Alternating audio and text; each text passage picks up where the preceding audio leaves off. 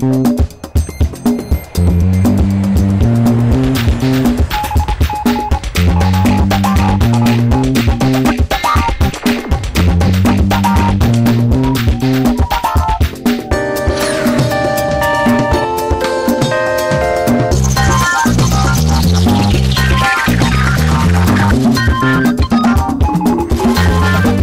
es un estado, sino es más bien un coprincipado, ¿vale? Eso significa que hay dos copríncipes, uno sería el presidente de la República Francés y otro el obispo de la Seu-d'Urgell.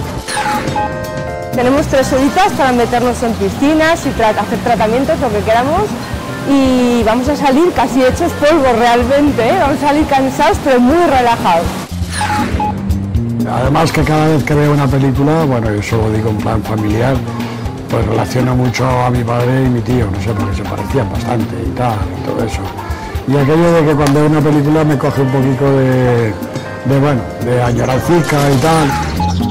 Pues quiero entrar a la nieve porque eso es para todos los turistas y para todo, pues es principal, ¿no? Para el país, a nivel de economía, de inversiones, y todo pues gira alrededor, tanto como las estaciones de esquí, como los hoteles, como las tiendas.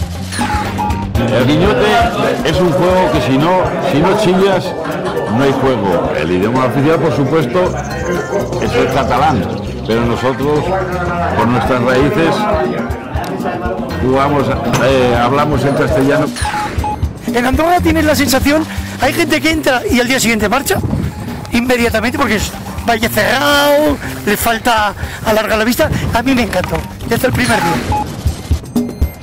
Esta semana Aragoneses por el Mundo viaja hasta el Principado de Andorra, en donde 1 de cada 83 habitantes es aragonés, y aunque Andorra es principalmente conocido por la nieve, las tiendas y los balnearios, tiene otras muchas cosas que descubrir. Si quieren conocer este país de mano de los aragoneses que aquí viven, solo tienen que acompañarnos.